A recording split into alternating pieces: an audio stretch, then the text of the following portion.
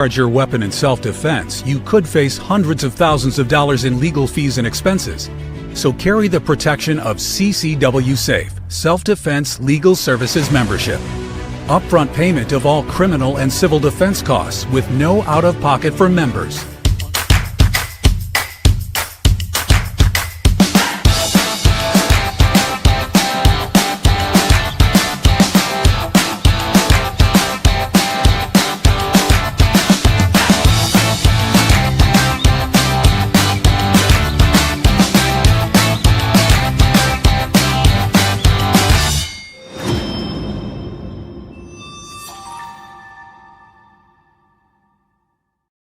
And we are back. I'm Chris Evan, the CEO of Survival Dispatch, joined tonight by my good friend Khalid Muhammad in Pakistan, Command 11, aka Agent 711.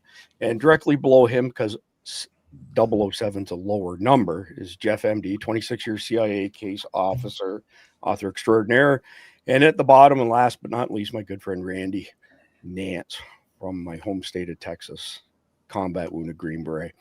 All right, so tonight we're going to get into the next episode in our long war series, and we're going to be discussing basically cultural preservation after 9/11 2.0, holding on to our identity, safeguarding our heritage, traditions, and morale when institutions collapse. And it's kind of interesting that a very famous general went public today with quite a speech on this. And I do have that queued up, and I am going to play it here shortly. But before we do that, we're going to do the conflicted question of the night. And the reason that it's in dead tree format in my hand instead of on the screen is because Jeff rightly pointed out that I chose the same question that we did on Friday night. Surprise, surprise. This is what happens when you run no sleep for weeks on end. All right, so here's the conflicted question. In this forsaken new reality, death of loved ones was a daily occurrence. If your family was gone and you had no one to leave your belongings to after your death, but your friends, who would you want to have your possessions? So you three can just make a mental note here. There's only one right answer. Okay. That's Chris Evans. That's the only correct answer. All right. So with that out of the way, I want to get into General Flynn's conversation with Alex Jones today. It's funny, I almost on a daily basis, somebody sends me a message and says, hey, you should really go on Alex Jones's show. I've been there, done that, got the t-shirt. And if I get invited back, I'll probably go back as well. But anyway, listen to what General Flynn has to say with regards to the next 90 days here in America. And of course, this is on top of, not a former terrorist, once a terrorist, always a terrorist, but Jelani being in the fucking Oval Office today. You're talking about an executive from Al-Qaeda, the guy who broke ISIS off from Al-Qaeda, who's been installed in Syria as the leader, has led the death of thousands of people, whether they be Christians or Druze. And now we're supposed to accept them with open arms. We're going to give them an embassy and all kinds of stuff. Just total BS. Listen to what General Flynn has to say here. I think that what we are seeing across the country, and because all the capabilities and all the resources are here. They were brought here by during the Biden administration, and in some cases they have infiltrated into different parts of our country, in counties and in states, and certainly into the federal government. So the capabilities to do severe damage to different parts of our sectors within our country, the electronic sector, the telecommunications sector, and also just to cause chaos, because you say, well, if there's going to be some type of an attack that's going to make 9/11 look like a church fire, then why? The whole purpose is to sow chaos, to continue to disrupt the ability for President Donald J. Trump, to continue to do the things that he wanted to do and he set out to do as president of the United States that we, the people, gave him the authority to do.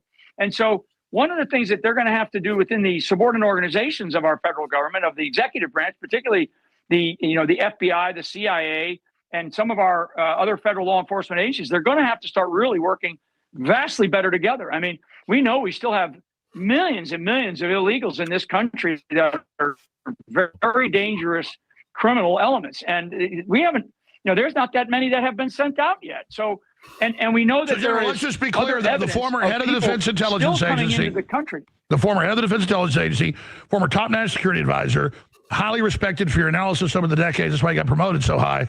You're predicting a new mega 9/11 potentially in the next 90 days. Yeah, it's never the last thing that happened, okay? It's not like we're going to be needing to watch for planes in the sky. It is a combination of things because they have found a massive number of vulnerabilities in the sort of the body of America. And those vulnerabilities are, so in some cases, our inability to respond to chaos and complex operations. And if they're trained in complex operations, which they are, small teams, small elements, dispersed, in a wide pattern all over the United States of America, which we know. You mentioned one of the criminal elements earlier, but you have the TDA, you've got the MS-13, you've got elements of Islam, radical Islam in here, like Hamas and Hezbollah. I mean, this axis of resistance that's already inside of our country. I mean, this is not me making this shit up, Alex. This is what's happening. So is it good that Trump is moving on Venezuela to cut off that funding? Yeah, I think that what Trump is doing in Venezuela right now, but he's got to put more pressure on Maduro to get Maduro the hell out of there. He should be making calls to Xi. He should be making calls to Putin and saying, hey, look, let's get this guy out of there. So I'm going to go ahead and stop it there because the main stuff he spoke to, Clete, I'm coming to you first. Is it just me or does it sound like he's been reading your briefs and Sarah's briefs? I think everybody's getting on board now. If you think about it, the first, I think 12, 14 months, the first 12, 13 months, it was Sarah and me and about 5 other people that were screaming and yelling about this happening. And then all of a sudden there was a flick. It was when you and I linked up and we started doing these daily broadcasts that all of a sudden people start going, wait a minute, maybe this isn't a conspiracy theory. Maybe this isn't a load of crap. Sarah gave that briefing to Joe Kent. Joe put out the threat alert from Al-Qaeda Arab Peninsula. Even then you still have people going, no, it's not going to happen. Kash Patel said clickbait. Now you've got Mike Flynn saying the same thing, that this is about to happen in the next 90 days. Next 90 days is when? Right around that mid-December, end December, February timeframe that we've all been pointing out for months now. Now, it's really interesting because on one side, you've got the U.S. government still not being able to stop funds to the Taliban, which means you're paying Al-Qaeda. You have just given $120 billion to Jolani. Are you fucking kidding me? You are the biggest terrorist financiers in the world right now, Chris. The U.S. government is the biggest terrorist financiers in the world right now. In history. Yeah. Hamas could never have dreamed of this kind of a fund. Yeah, Al-Qaeda could have never dreamed of this kind of a fund. No kidding. Jeff, I want to hear your thoughts on this, but when I was watching the videos come out today, all I kept thinking to myself is there's a bunch of jihadis all around the world laughing their ass off. Yeah. And they're laughing at us because we're morons and we give money to our enemies. This would be no different than giving the Japanese money after they bombed Pearl Harbor. Right. It's like, what the hell are we thinking? And I know there's these people, well, if you give them money, they won't attack. And I'm like, that's like, you have a rabid dog. And so you toss him a piece of hamburger. Well, he may not attack you in the next 20 seconds, but after he eats the hamburger, he will. And right. This is just stupid. It's stupid. What we need to do is put down the damn dog and not feed it. Do you think? And don't get on me, all you animal lovers. It's a rabid dog, not a regular dog. There you go. Do you think that Trump is purposely being misled, or is he surrounded himself by incompetence like he did in his first term, or a combination of both? I think there's a combination of both, but I think Trump can pick people when it comes to the economy and law enforcement and things like that, because that's something he can kind of wrap his head around because, being a businessman, living in New York, a major city, it's things he can relate to, but he's never been in the military. He's never really, been overseas and that in a war zone or anything like that. So I don't think he's got the personal background and the grounding on those subjects to be able to make the good decisions. And he's been smart enough to pick good people up to a point, but it's one of those, you don't know what you don't know. And I think he'll listen to people, and he thinks, okay, if I give it to them and let them deal with it, I don't have to deal with it. I can focus on other things. But he's giving it to the wrong people. Yeah. By the way, nice hat there, Jeff. Thank you. It just came in today. Nice hat. It's beautiful. So, Randy, I mean, as a combat wounded vet, GWAT veteran, is this not a complete slap in the face, man? Well, I was just sitting here kind of reflecting back, you know, and really, as I've talked about many times, and all of us on here have, certainly anybody that's been around for a minute, you know, back when I was fighting these guys, they weren't rich. You know, yeah, some of the people that were at the top of things, you know, just like any organization, they seem to have more money than the rest. But you know what I mean? As a whole, the jihad movement and these attacks, people didn't have a lot of money. You think about that. And the first time we saw that they had money was ISIS. It was the very first time that I noticed when ISIS popped up, and then we start seeing them cut people's heads off on TV. You know, these guys now had orange jumpsuits on. They had them in little black cages. All that costs money. You know what I mean? And money that they don't have. They're going to spend money on that kind of stuff when they're ragtagging things together. But when you get tied into a certain network, and I'm assuming that's what's happened because we watch it. I look at where we're at just since ISIS started, you know, what, roughly 2015 or somewhere is where the height of that day was, somewhere in that neighborhood. That's where I noticed they started having money. And now that, you know, it comes out that we're still funding them to this day, maybe in a different aspect, but we're sending, $85 million a week over there. I mean, you just think about that for a second. Anybody, how much could you do with that much money every week? You get a lot done. And so I'm just flabbergasted that, you know, that apparently the juice has been turned on for them. That's what it means to me. That's what we used to have. Mm-hmm. That's what you saw when we went out. And now we're looking at facing somebody that has the same resources. And then I look at it and think, just like we've talked all along, they've gotten professional help somewhere along in those lines. And I just want to draw the fact that, you know, who was the president back in those days, certainly the early parts, was Obama. Well, you just set me up I've got to go back to Khalid because you just set me up for a question. Khalid, why did Obama always refer to as ISIS as ISIL, ISIL? Because when ISIS was first created, it was the Islamic State of Iraq and Levitan. Levitan is Egypt, Syria, the northern part of Saudi Arabia. That's all considered the Levitan region. So it was initially ISIL. The reason ISIL had so much money is because they went through Iraq, looting everywhere, blowing stuff up, taking archaeological finds, taking antiques and selling them in the open market. They generated millions of dollars from that. Then they started generating, you know, the polished PR, the polished propaganda. ISIL was the first terror group that had proper Hollywood trailer style recruitment videos. Yep. And then Al-Qaeda started picking them up. Because if you look at bin Laden's Al-Qaeda compared to Baghdad's ISIL, they look like two completely different organizations. Yet they were the same thing. Yeah. They were the exact same thing. The problem you've got now is that you've got Russia, China, and Iran pumping money into these groups. And if you're reading the series that I've written on Dead Drop, I have broken it down completely on how they're making money, how they're funneling it through, how they're hiding their money, how they're cleansing their money. And when you start to understand how much money is coming into these terror groups now, you are talking close to $500, $600 million a month that is coming into these terror groups. Now, for context, 9/11 1.0 was $500,000. Hold on, let me give you context here. That works out to $6 trillion a year. Okay, at 500 million, $6 trillion a year. Yep. The third largest economy in the world is Germany, and their GDP is 4.5 trillion.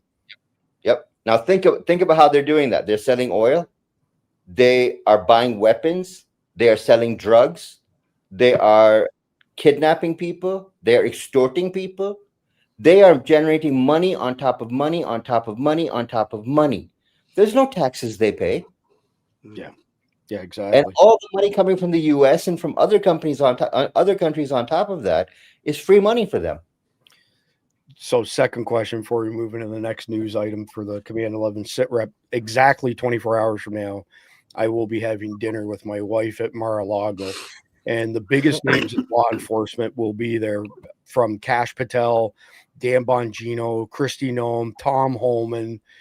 They'll all be there. Sebastian Gorka will be there. What message would you like me to deliver to them that won't get me escorted out in a pair of silver handcuffs? I would tell Tom Holman he's doing a great job. He needs to deport more people. He needs a policy like Pakistan's got, where we don't care what your laws are. If you are here illegally, you're out. You're gone. That's it. No more staying around. And if I had the chance, I'd say it to Gorka's face, resign and save the damn country. Yeah, I can't say that I disagree. He is a pompous SOB, as you know. I've met him before. Yeah. So anyway, moving along here, we only have a few more actual X posts to go through for tonight's sit rep before we get into the main topic. But this is an interesting one. In France, 3 young niqab-wearing Muslim women, ages 18, 19, and 21, have been arrested for planning terrorist attacks on Paris concert halls and bars. Reports say the all-female cell, led by a TikTok influencer, possessed explosive belts and Kalashnikovs. Authorities say the leader was linked to a known radical Islamist already under surveillance. Khalid, I'm just going to come straight back to you because you're already on stage. I can't say that I recall reading many stories about women jihadis. I have a vague recollection of maybe a couple women being involved here and there, but an all-female jihadi terrorist cell? Yeah, they exist. They exist. Back in the ISIS time in Syria, they had female jihadi cells. You had female Kurds that were fighting against ISIS back in the old days. This is 2015, 2016, 2017. You do have a lot of radicalization. When the Olympics were going on, there was a group of females that was arrested by Danish intelligence that was working on chemical weapons for ISIS. So, I mean, they do exist, but you don't see them very often. You mostly see the men doing this. It's not the women as often as you would think. Is this an effort at subterfuge to try and maybe fly below the radar a little bit because they don't fit the expected profile? Well, women, and I don't mean to offend anyone, but women can radicalize a man much faster than a man can radicalize a woman. Right. Thinking with the wrong head, basically. Yeah. Yep. 100%. All right. So next one here, and I'm going to come to you on this one, Jeff. I am becoming more and more convinced that the vast majority of America's problems could be solved by deporting illegal aliens. Housing, healthcare, wages, inflation, traffic, huge amounts of crime. What am I missing here? I mean, the numbers are a lot larger than what we thought, Jeff. And I think there's somewhere north of 60 million people here on temporary visas, not included the people who are overstayed and not including all the illegals. I mean, we've got to have 100 million people in this country who aren't here as Americans. Well, I don't know if we have that many, but we have a boatload. And yeah, I think one of the problem is what I always find ironic is you've got people who say we need the immigrants, especially the illegals, to do the jobs Americans won't do. And then on the other hand, we get the people who say AI is going to come in and take all the jobs. Between AI and robots, Americans won't be able to get a job. And half the time, those are the same people. And it's like, wait a minute. If we're going to have robots to take all these jobs, why don't they take the jobs Americans won't do? And then we can get rid of the illegals and we'll solve both problems. I've been saying for years, Jeff, it's not that they are jobs that Americans don't want. It's jobs that Americans aren't going to do for pennies a day. Yeah, exactly. Americans will you'll get people to do almost any job on this planet if you pay them the right amount of money. Right. Working in an oil field is dirty, it is hot, it is nasty, it is dangerous. They make big scratch because of that. You want to be an underwater, salvage diver. Okay, very, very dangerous job, very harsh conditions. They make a ton of money because it's a job that has to be done, and it is a very dangerous and harsh job. What they need, they always talk about how are we going to get our fruits and vegetables? Well, take all this energy that you're putting into AI and come up with basically robots that can, get a robot that can, or get a machine to pick the vegetables, get a machine to do that job. They already exist, and they're they do efficient. Yeah. So why not use, but yeah, and the housing shortage, you get rid of 20 million people, you can't tell me that's not going to free up some housing. Yeah, because they live somewhere. The reason I go to 100 million is because the government has flat out said that there are 60 million people here that aren't Americans on short-term visas. And I personally believe that there are in excess of 40 million illegal aliens in the country right now. Yeah. I go with JJ Carroll and his number of about 50 million. But Randy, I'm coming to you next. I'm going to stay on the same topic because it kind of hits close to home for Texas. But Randy probably remembers, and some other people who lived in Texas back in the day, but in the 80s and 90s, the largest chain of lumber yards was called Cashway in Texas. This is before the days of Lowe's and Home Depot and all that kind of stuff. And we would pull up to the contractor's desk at 0700, and there would be Mexicans lined up as far as you could see, and they would work all day. Now, again, we're going back to 1990, give or take a couple of years. They would work all day for $5 at that point in time. Fast forward to 2014, 2015, when I remodeled my last house in Texas, I could go to Lowe's or Home Depot and they'd be lined up and they would work for $20 a day. So when I said to Jeff, it's not that Americans don't want to do it, it's that they're not going to do it for that, little money. That's just an anecdotal example thereof. But actually, you know what? Before I go to you, Randy, I got to tell a really quick funny story because this one is good. I used to train every Saturday morning in McKinney, Texas at Lockout Supplements, and they had a gym out front, private gym my buddy Greg had. And we pull up to the main intersection in McKinney, which is old country town, right? And there's like 4 or 5 cars in front of me, and the cops have the intersection closed because there's a bicycle race going by. And I see the guy in the car in front of me waves the cop towards him, or one of the cops. And when he's done talking to him, I waved him back and I said, any idea how long this intersection is going to be closed? He said, till the last bike comes through. There was an old Shell gas station that had been converted to just a convenience store on that corner. And I said to the cop, I was driving a 3/4 ton 4x4 Suburban. I said, would you mind if I hop the curb and just cut through there? Because I'm literally going to the building beside it to train. He said, yeah, sure, no problem. I had my buddy's son sitting in the passenger seat. I jumped the curb. The parking lot was full of illegals. They just poof gone like that, like a bunch of friggin' termites. It was freaking hilarious. And Mike is fumbling with his phone going, God damn, I got to get a picture of this. I got to get a video of this. Blacked out windows. The only people who bought those trucks were government, right? My friends used to call me the FBI. I'd show up. They'd be like, oh, FBI's here. And they couldn't see in. And all they saw was a big black tinted SUV, and they thought for sure I was Border Patrol. I keep telling Cindy I really, really want to get one of those shirts that says ICE on the back of it. see how much shit I could stir up with that. But anyway, that's my funny story from McKinney, Texas.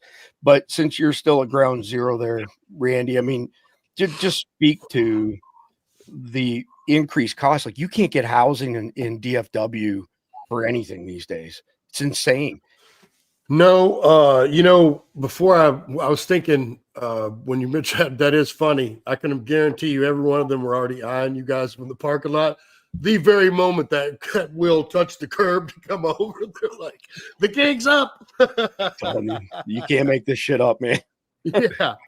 But before I went in the military, there was this time back in the late 90s, and I moved my kids into a nicer neighborhood so we could get into a nicer school.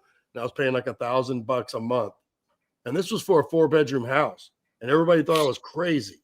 And everybody I knew, why are you paying that kind of money for rent? But you couldn't do that today. Yeah. Now fast forward, I come back in 2013 and I got a 4-bedroom for $1,700 a month. Now I didn't live in the hood or anywhere like it, but I didn't live in a gated community either. You know what I mean? Just a normal, regular neighborhood, so to speak, maybe a little bit nicer, but again, it's not gated. And, I've lived in this house for 8 years. And the very first person that was in the house next to me that moved was right in the height a few years back. I guess 3-4 years ago now. But that's when everybody was coming. And literally there was a house behind his that sold for $100,000 over the asking price. That's people were just paying stupid money. And they thought they were going to sell their house. One, they're going to be able to sell their house at such a profit, they were going to be able to pay off their credit cards. And then they thought they were going to go buy some land or some kind of property right around here. And, they did sell the house, but that's not how it worked out. You can't find any land unless you're going to pay big, big bucks. Yeah. I flipped my last place, Randy, down by Lake Arlington in 6 months. Yeah. Flipped it in 6 months and got $125,000 over the asking price. Yeah. What I'd put it on the market for. I got to address one thing quickly here. So some of you know that I've consulted with some very, very large construction companies over the years, including some top 7, meaning revenue-wise, top 7 roofing companies in the state of Florida. This is not true. Father Duck, you are so wrong. It's not even funny. Some of those companies I've consulted for, they don't compensate the guys on the bottom of the ladder incredibly bad, relatively speaking, but you're talking $18, $19 an hour. You're not talking anywhere near $400 a day. That is complete false BS. And, I got to call that out because I have firsthand experience and knowledge in that runs pretty deep, by the way. All right, moving on to the next one here. Let me get it queued up. Here we go. More terrorist financing, again, facilitated by the U.S. So the Taliban and Al-Qaeda Syria are being funded by the U.S. now.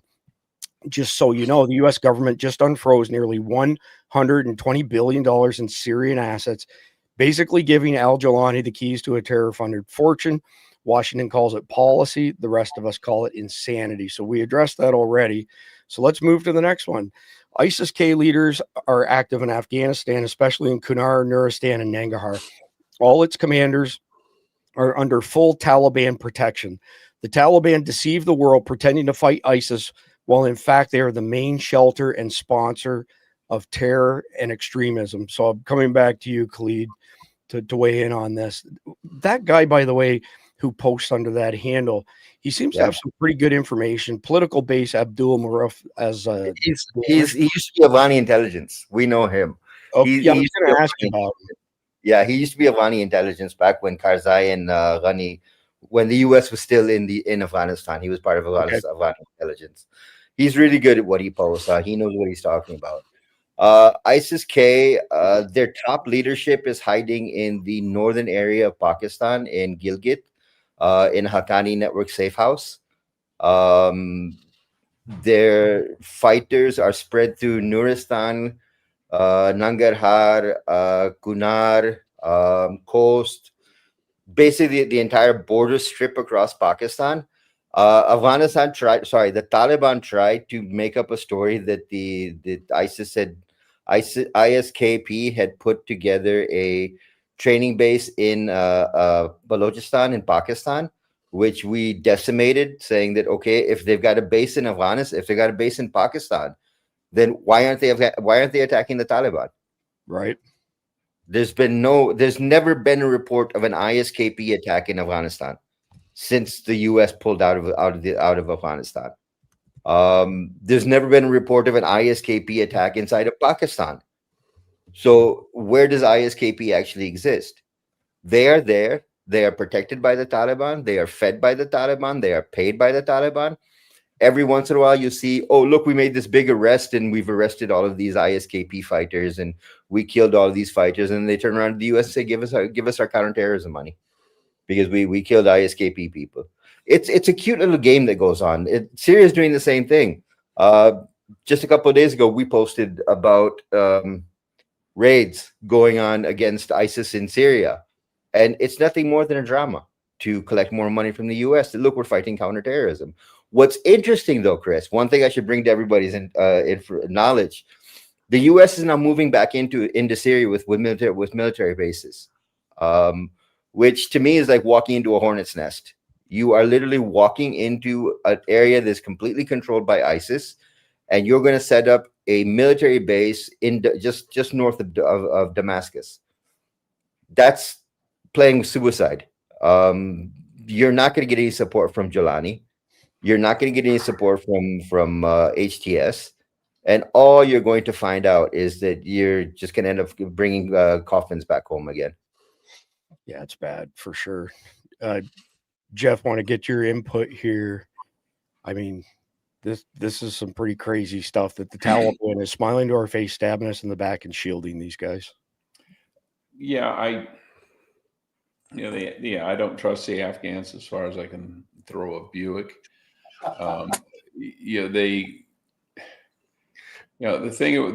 What made working in Afghanistan vexing, but also sometimes easy, was they would shift allegiances based on who paid them. Yep. And so you could have a group, and man, they hate your guts and they're ready to kill you. You say, well, we'll give you guys $2,000 a month. Oh, okay. Who do you want us to go shoot? Okay, how about go shoot those guys? Okay, that'll work.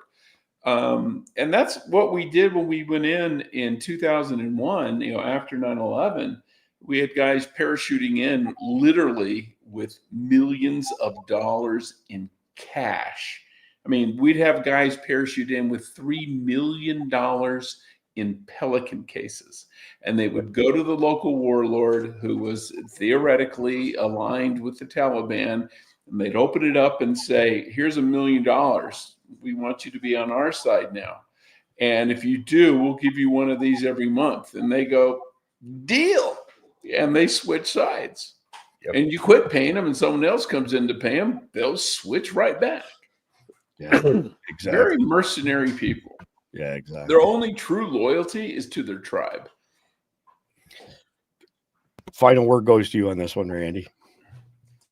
I'm with Jeff. It's what I've found over there. It always comes down to the tribal thing, and I've mentioned that several times. It's from the very beginning. I mean, from the first days we were in Afghanistan, moving all around those mountains, you had to pay those folks off at each stop and hope that somebody didn't come along behind you and pay them more.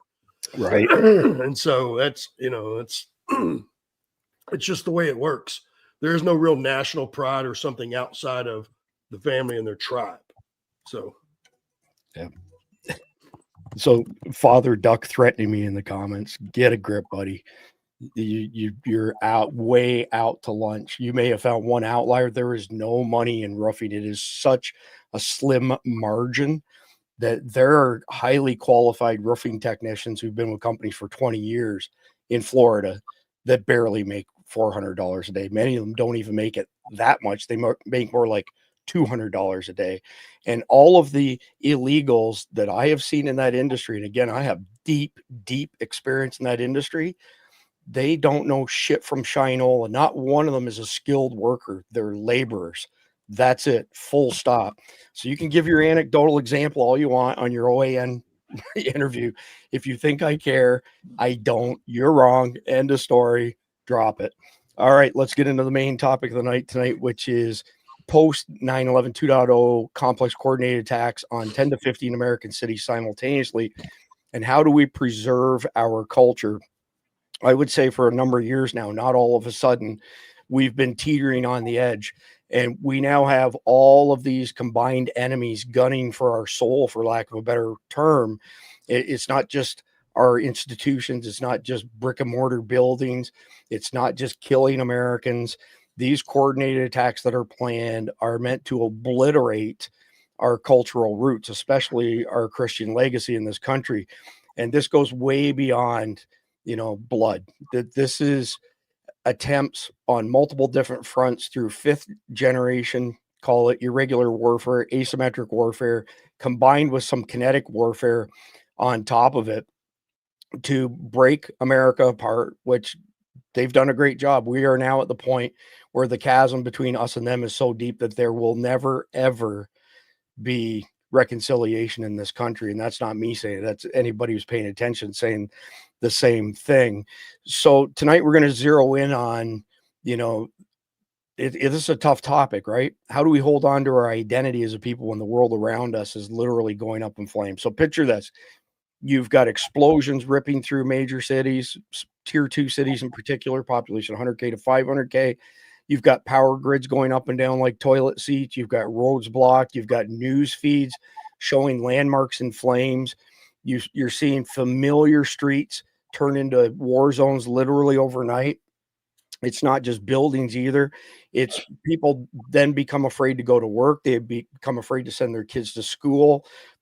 And fear pushes people to ditch everything. I'm not going to work. I'm not going to school. I'm not sending my kid to school. We're not going to go to church because I'm afraid to go outside. This is what they're trying to do. And they accomplished it after 9/11 1.0 to a certain extent by making us do these ridiculous security theater exercises of telling 80-year-old women to take their shoes off because they might be a threat to bomb a plane. Okay. So at the end of the day, here's the thing. The reason America's been so successful is because of our past unity, our sense of culture, our leadership that's baked into our DNA. And when you take that away, you know, things unravel pretty darn quickly. So I want to mention one thing before I come to you first, Khalid, is that one of the unintended benefits. Oh shit, you won't believe this, Khalid. I got us kicked off of Facebook. I saw that. Yeah, I saw that. I was like, today's Christmas. I'm coming for you, buddy. One of the things I want to mention before I come to you. Kicked off Facebook. Right. Shouldn't have got on Father Duck. Yep, there you go. Anyway, well, I'm going to call bullshit out when I see bullshit, and I don't give a fuck if somebody thinks I'm out of line on that sort of stuff or not. I can't even begin to tell you how much industry experience I have in roofing, both commercial and residential. But anyway, here's something I want to quickly mention that kind of came top of mind last week, and that is that we have guardians across the country. And we have guardians across the country reporting in when something happens in their locality saying, hey, this stuff you're seeing on the national news, that's not the way this is going down. It went down some other way. So yes, there are lots of people on X that are pretty high profile, have a good track record, and that you can trust them. But we have this community of guardians reporting. They don't have a dog in the hunt. Like, they have nothing to gain or lose by telling the truth. And then I want to quickly say to that, because all of those conversations are happening on our 5 private signal channels for guardians. 5th one officially launches tomorrow. Some guardians already know what it is, but we have very specialized channels for specialized conversations.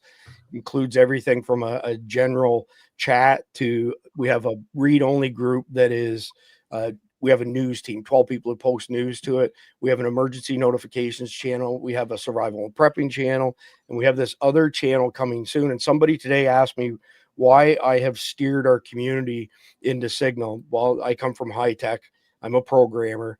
Signal is open source software, meaning people like me can and do look at the source code on a regular basis and can assure you there's no backdoor baked into the code, because we can see the raw code. We can work with the raw code. It's actually the type of license it's under. We could take it ourselves, recompile it, and sell it under another name. We just wouldn't be allowed to use the name Signal. Here's the thing. By using Signal channels, we completely make Big Brother, Big Pharma, big money, big media, we're invulnerable to their censorship because they don't control where their information is shared and disseminated.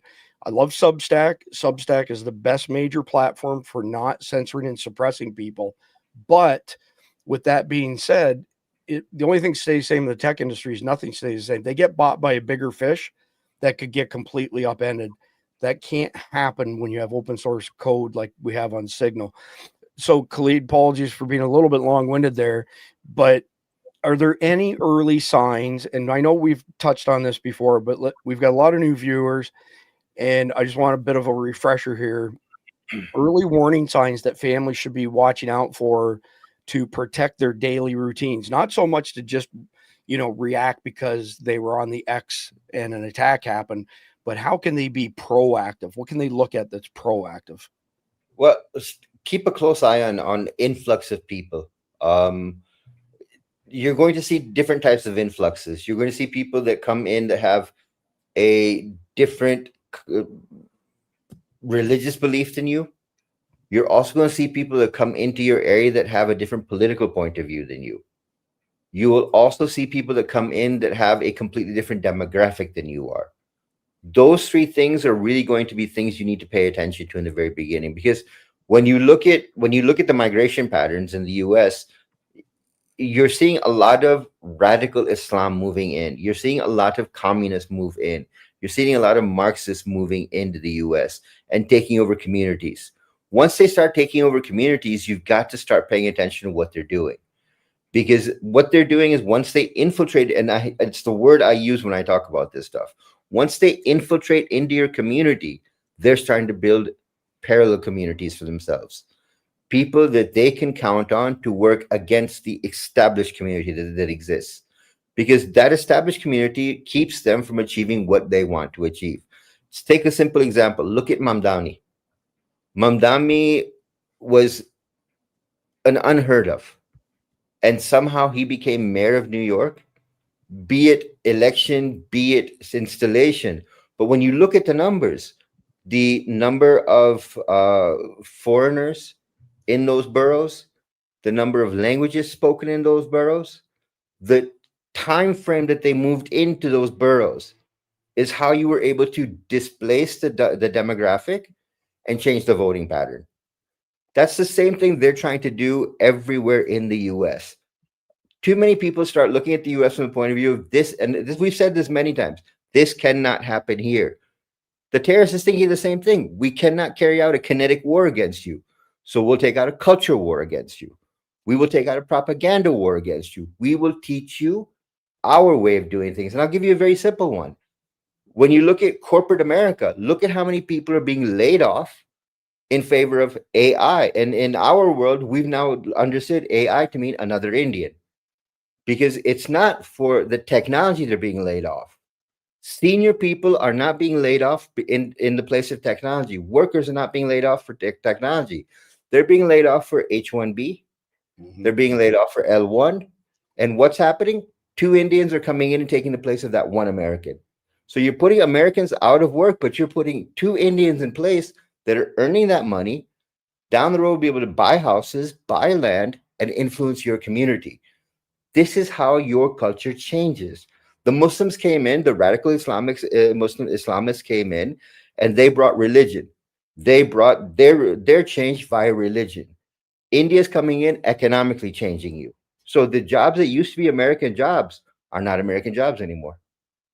So they're either being outsourced to India by an Indian tech guy, or they're being given to Indians they brought in through shadow companies.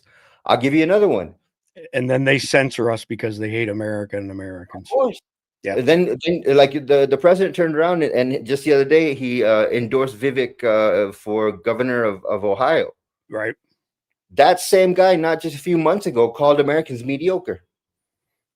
How is Donald Trump, who is America first, endorsing a guy who openly on X said Americans are mediocre? That's why so many Indians are coming and taking your jobs.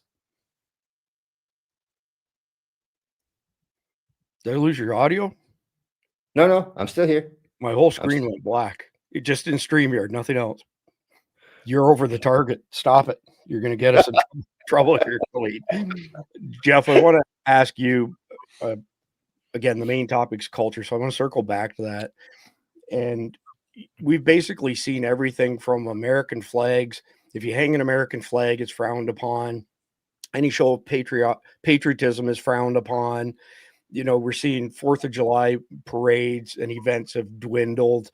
If even some locations don't even have them at all, pardon me. Backyard barbecues, which used to be a regular, occurrence in American neighborhoods, is gone because people don't trust each other.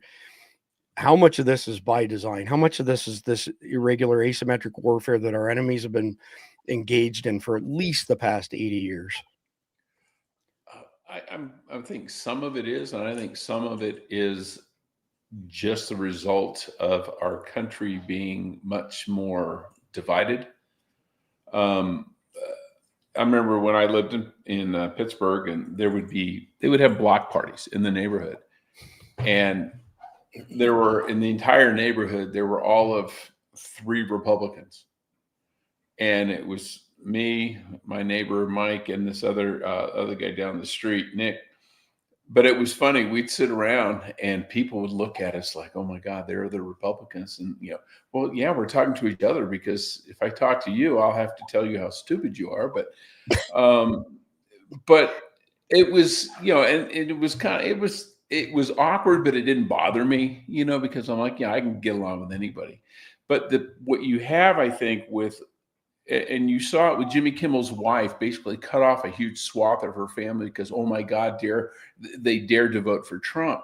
Right. These people will put their political ideology above their community, above their own family.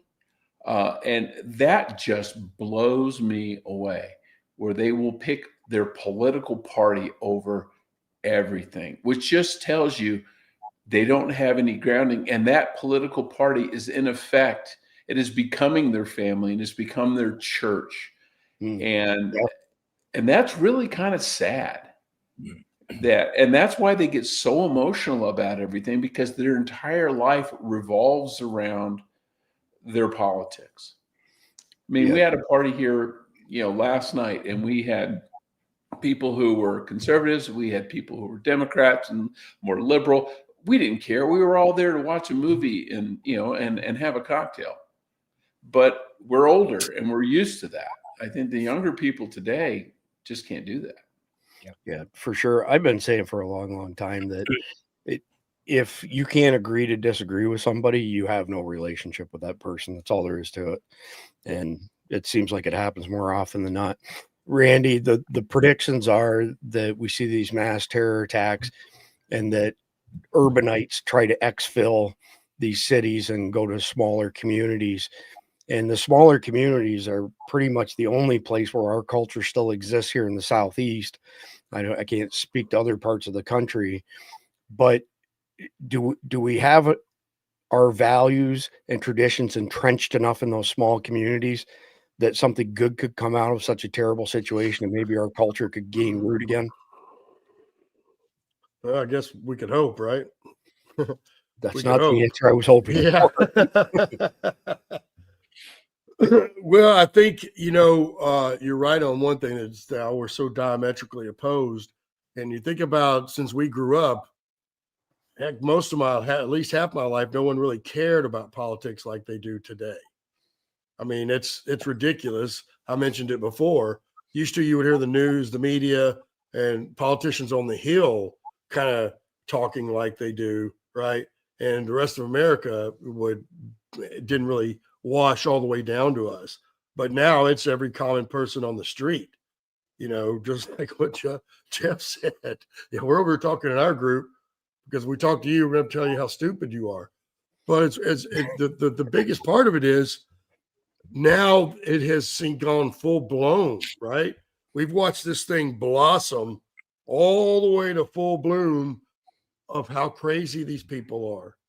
I mean, as we mentioned, they just refuse to face reality. And then their talking points go off of that. Just, same thing. It's the same thing when you hear them talk about Trump. None of them can give you a real reason why they don't like Trump or what he's done, or they'll come up with the 34 felonies or stuff that really isn't true.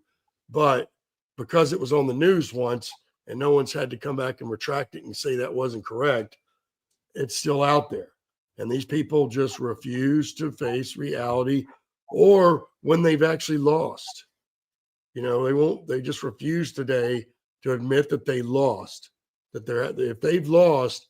And it makes me wonder now, how much are they cheating? Because they're so convinced there's no way they can lose. you know, but when they do, we have nothing but serious issues about it. I think in small towns and out in the more rural areas, they'll be like what Jeff just talked about, what we're talking about. Those people will stick together. It's some of the population, the more populated areas that we're going to see that real problem. But, you know, I think that some of small town America may help stand up and put some of this down at the end of the day. But I guess we'll just have to wait and see. Yeah, unfortunately, you're probably right. I just want to share something quickly before we go into the second segment of the night from John Strand. I don't know who needs to hear this, but you can't have a nation without a culture to unify it. So preserving a nation means we must define and defend our culture, and that means rejecting and even expelling those who undermine that culture. And you know, I've said countless times, there is not one instance in recorded history of two diametrically opposed cultures occupying the same geography. One of them eventually wins out. As a textbook libertarian, lowercase L, not capital L, those guys are losers. For years and years, the strategy on our part was, I don't care what you do, just don't hurt anybody else, leave me alone. And we gave them an inch and they took not a mile, they took hundreds of miles, thousands of miles. And that's how we found ourselves in this deeply divided country that we now have, where there will be no reconciliation. So let's move into segment number 2 and discuss the home front, which Jeff kind of led us in this direction already. So when these attacks happen, you know, the first battlefield for most Americans is going to be your own kitchen table. It's going to be where their family members, especially kids, look for more than just food at the dinner table. They're going to want to hear more about, you know, the importance of being American, how we've been attacked, how we're going to have to stand up for ourselves, and instilling some sense of, you know, that we will come back. We will beat this thing.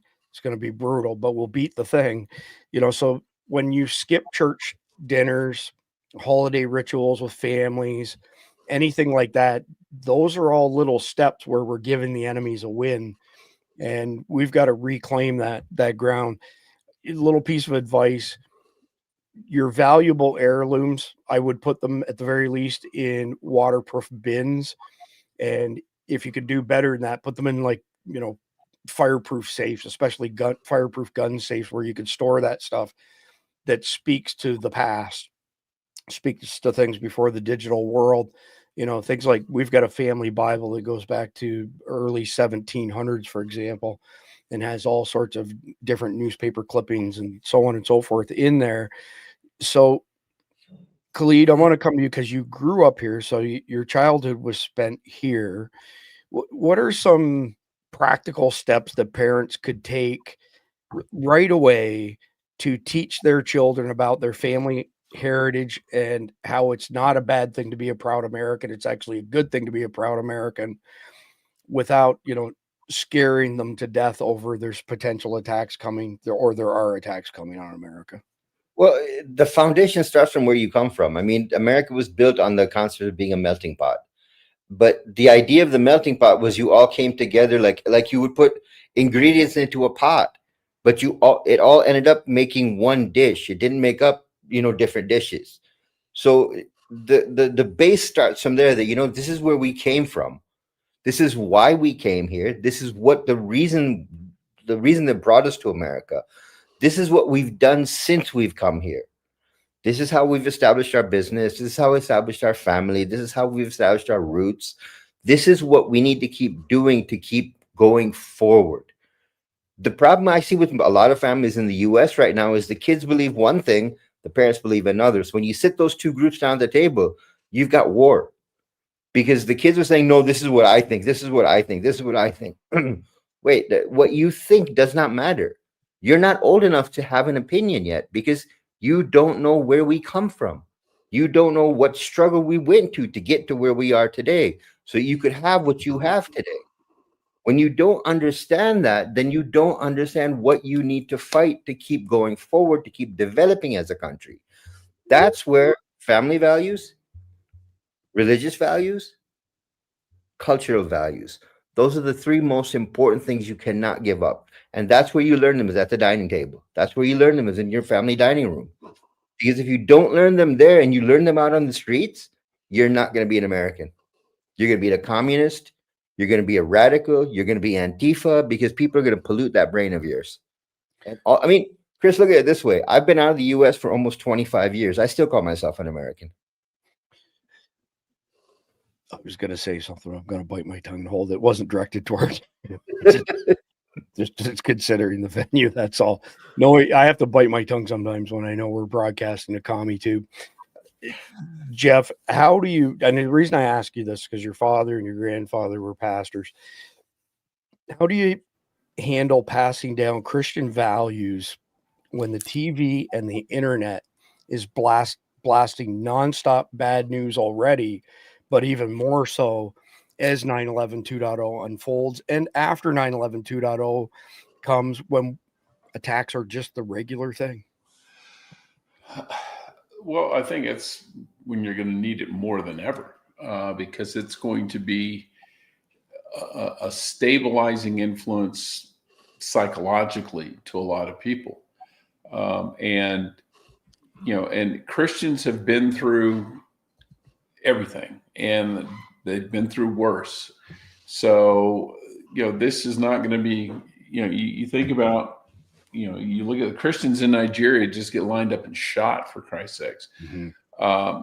But I think you just got to, treat Christianity as a sanctuary, not as a yeah, there's lessons to be learned, but you really need to focus on the positive benefit of, helping other people, helping your friends and neighbors, establishing a sense of community, finding people of like mind at your church or your synagogue or wherever you go.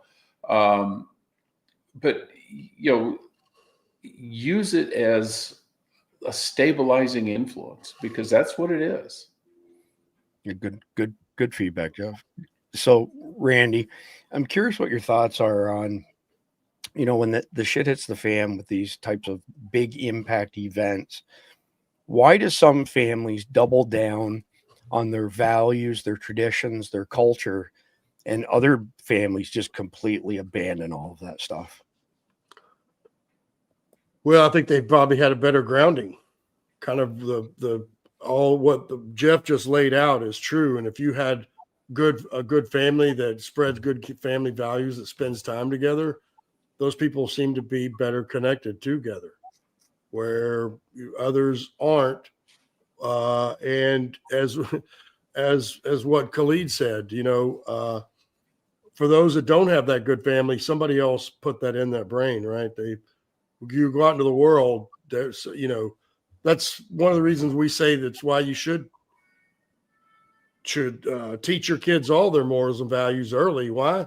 Because if you don't, the moment they start going to school, the rest of the world will. There's no doubt about that. And so I think when that happens, you're not as connected, right? If you don't have family and you don't have those connections down to tight numbers, it doesn't really matter to you. Or say you don't believe in God. I mean, what's the point then? If you don't believe in God and you don't have to answer to something for your actions later, then you can just do anything you want and it doesn't matter. And again, some of the principles we're talking about, or laws and just like the Bible, there are rules and laws and the things you can and can't do. And, some people don't like that word, I can't do it, because I want to do it no matter what it is. Some people don't get that. Yeah. Thanks, Jeff. So before Randy, sorry, again, running on no sleep here. Yeah, it's okay. So I want to just show a couple quick websites before we go to segment number 3. So the first one's from heritage.org. Interesting paragraph here. America's earliest conservationist thinkers, from Thomas Jefferson to Theodore Roosevelt, understood that protecting the nation's distinctive landforms and landscapes would conserve far more than the natural resources the land provides. As important as those resources remain, equally vital is the relationship to the land that conservationism facilitates, connecting citizens to their ancestors and endowing them with a strong sense of place while nurturing them in the virtues of humility, industry, manliness, and hope. In other words, struggling with this word, the spelling a little bit right there. Conservationalism tends not just to be the material health and wealth of America's people, but the health of its soul as well. Next one. The so-called American Revolution was a rebellion to preserve and reinstitute long-established liberties and to develop a system of governments that put those liberties on a more secure foundation. We might even think of the revolution as a rebellion that prevented or postponed a revolution. I mean, that's a mouthful there. Oh man, Dan was at it again. Thanks, Dan. Appreciate your support. You're a good dude. So with that being said, moving into segment number 3, I titled it Rallying the Neighborhood, Networks That Stick When It Counts. So, as a city block or blocks go dark, supply lines get crushed, which we've discussed many times. It's the guy next door who shares his generator, or the block captain who knows everyone's kids' names that turns strangers into frontline defense. Preferably be proactive beforehand, not reactive like this, but tying those bonds to old school values like helping the widow down the street because that's what neighbors do builds a strong connection to catch folks when the feds are too swamped, or the local resources as well are too swamped to even show up at all. And if you can get ahead by mapping out your street, the skills that exist on your streets now, that's better, like I said, than being reactive. Be proactive, not reactive. But ham radios, we talk about comms all the time. The old adage is 3 is 2, 2 is 1, 1 is none. In my world, it's like 21 is 20, 20 is 19, 19 is 18, so on and so forth. And if you saw my workbench full of comms tools, you would understand that's not an exaggeration. So in addition to that, I mean, building some trust and teamwork type relationships in your neighborhood are going to be pretty darn important when this Teotawaki thing happens, which stands for the end of the world as we know it. So, Khalid, I know you touched on this one as well previously, but some things are worth repeating. How does a regular, just, backyard chat with your neighbor turn into a full-on, effort to say we need to get our shit together as a community and prepare for rough times without being seen as, like the Alex Jones type? It doesn't happen with one conversation. I mean, you've got to, the way we always do, we put out feelers. We ask leading questions. And the best thing you can do instead of being the one that's talking is the one asking the questions. And when you ask a good leading question, someone will tell you everything you need to know about them. Simple things like, so what do you do? What do you do to relax? What do you do for fun? Do you guys, stay in the city on holidays, or do you go out of town somewhere? Those are conversations that will generate a lot of information for you. Someone tells you that, when it comes Labor Day weekend, we go out to our cabin in the woods. That's a prepper. That's somebody that knows how to work with their hands. Someone says, I like to go on the weekends, I like to kick back and, have a beer and work on my car. That's a mechanic. People will tell you about themselves. But the advantage of people telling you about themselves is you listen to them. Someone tells you that I don't give a fuck and I don't care what goes on around me. I live in my house. I do my own thing and I don't care about anybody else. That's the dude you stay away from. Yeah. Because when the fecal matter hits the oscillating device, that's the guy you need to be afraid of. Right. True story. So, I mean, the beauty of it is the more you ask questions, the more you learn. The more you talk, the more you put yourself in the dark, because you're telling someone else about you, but you're getting nothing back. Yeah, I appreciate that. So, Jeff, I'm wondering, in your mind, what's one red flag in a neighborhood that screams weak link, especially when disasters happen? Kamala Harris sign in the front yard. Well, yeah. But not only that, I think people who kind of live in a blissful oblivion, that they're unaware that there are actual dangers in this world, or the ones who say, well, that doesn't affect me, so why do I care? And I've got a neighbor who's a good friend of mine, but they'll say, well, it didn't affect me, so why do I care? And it's like, it doesn't affect you today, but it sure as hell can tomorrow. Or the people who refuse to acknowledge those problems, and then the people that refuse to do anything about it. Those are the people that are just going to be boat anchors when the shit hits the fan. Yeah, true story. They're going to expect everybody else to protect them, everybody else to feed them, and just to be taken care of. Yeah, well said. This is probably a good time for a quick reminder on the Conflicted game, right? So conflictedthegame.com. So there's a young couple who started this. They're no longer together, but they have 14 card decks, all set in post-apocalyptic conditions. 99% of the questions have some element of morality, hence the name Conflicted the Game. They bought, I want to say, 380 acres in northern Idaho a few years ago. And there's a convenience store 30 miles away with gas pumps, and then nothing for another 30 minutes past that. So they're a mile an hour from civilization.